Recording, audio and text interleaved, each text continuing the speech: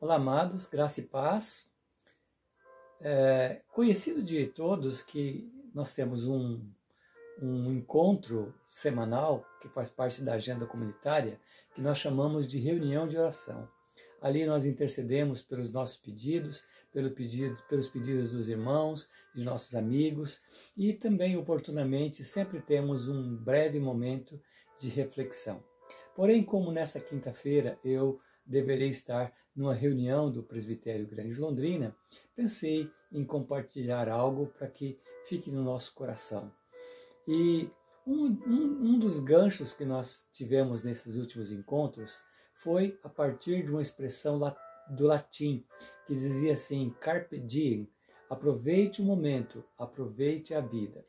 Mas o sábio de Eclesiastes, ele diz que para aproveitar a vida é preciso saber que há um tempo para tudo. Veja o que diz o sábio no verso 11 do capítulo 3 de Eclesiastes. Tudo fez Deus formoso no seu devido tempo. Também pôs a eternidade no coração do homem, sem que este possa descobrir as obras que Deus fez, desde o princípio até o fim. Então, assim, precisamos aproveitar a vida. E às vezes, para aproveitar a vida, nós temos algumas necessidades. Oramos, clamamos, pedimos a Deus. Mas quando se trata de oração, nós pensamos sobre o tempo de resposta de Deus. E aí, quando a resposta não é imediata, naturalmente nós temos a tendência de ficar ansiosos. E qual a razão disso?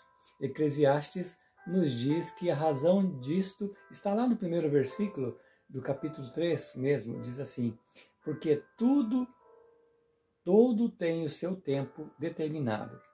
Há tempo para todo propósito debaixo do céu.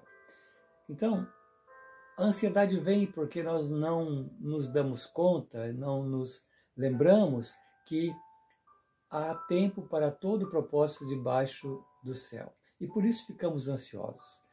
O tempo de Deus é um tempo diferente do nosso. Nós não podemos esquecer isso nenhuma vez. Toda vez que nós esquecemos, nós vamos ficar ansiosos. Por quê? Já dizia o profeta que os caminhos de Deus não são os nossos. Os pensamentos de Deus são mais altos do que os nossos. Se os caminhos de Deus não são os nossos, então isso quer dizer que nós vivemos segundo o tempo terreno e Deus vive sobre uma perspectiva diferente da nossa, sobre a perspectiva eterna. Agora, convenhamos, viver no mundo cujo tempo é cronológico, esperar pelo tempo de Deus é algo um pouco complicado, convenhamos, é muito complicado. Ainda que oremos, ainda que tenhamos fé, temos que lembrar que o resultado e o tempo estão nas mãos de Deus. É Ele que diz quando será o tempo apropriado. Por exemplo, o verso 3, ele diz, há tempo de matar, tempo de curar, tempo de derribar, tempo de edificar. Então, o tempo de curar, por exemplo, nos deixa apreensivos. Por quê? Quantas vezes ou quantas pessoas você já ouviu falar que orou por uma cura específica e ao final e ao cabo não obteve? E aí vem algo que pode dificultar com que a gente aproveite o momento, aproveite a vida. Porque invariavelmente pode acontecer de nos acometer o sentimento de culpa. Será que eu não orei como devia? Será que eu não clamei da maneira como devia, com a intensidade que devia? Então vem a culpa. Precisamos lidar com isto. Outra coisa que vem, muitas vezes, é a raiva. Às vezes velada, nós não assumimos que temos raiva, que estamos indignados porque Deus não respondeu no tempo que a gente queria. Nós temos raiva muitas vezes, raiva de Deus. Aí você pode dizer, não, eu não tenho, pastor. Mas, ok, diga indignação com Deus, porque Ele não respondeu no tempo certo ou não te deu a cura que você pretendia. A verdade que nós não podemos esquecer é que Ele usa muitas vezes os males físicos para obter a nossa atenção. O sofrimento, já dizia o C.S. Lewis, né, o grande C.S. Lewis, o sofrimento é o megafone de Deus. Muitas vezes Deus permite sofrimento, Deus permite luta, Deus permite até males físicos para chamar a nossa atenção, a fim de poder conversar conosco, de nos trazer para mais perto dele.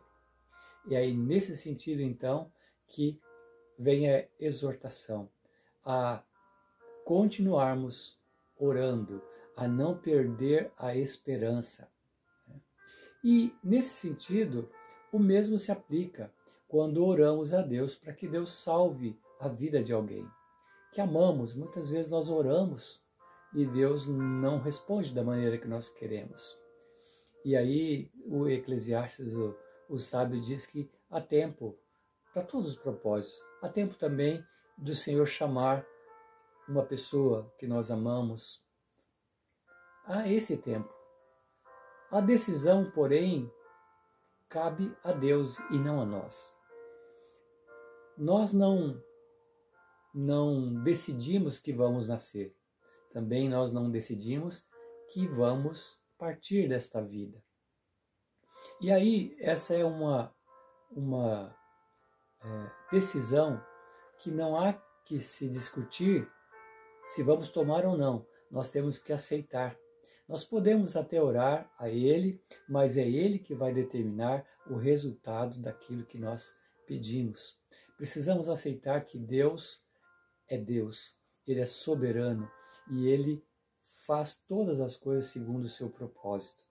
E confiar e confessar e pedir ao Espírito Santo que tire de nosso coração, da nossa mente, qualquer tipo de ressentimento contra Ele.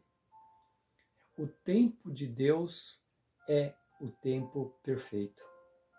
Nós temos o Kairos, o Cronos, que é o tempo cronológico, digamos assim. Mas Deus trabalha no Kairos.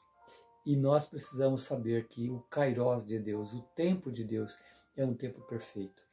Portanto, quando nós nos rendemos a Ele, reconhecendo que Ele é soberano, nós então aproveitamos o momento e aí nós nos sentimos livres. Ainda que não possamos entender exatamente o que Deus está fazendo ou o que Ele fez em relação àquilo que nós pedimos, nós podemos crer e confiar que Ele está agindo em todas as coisas. Amém?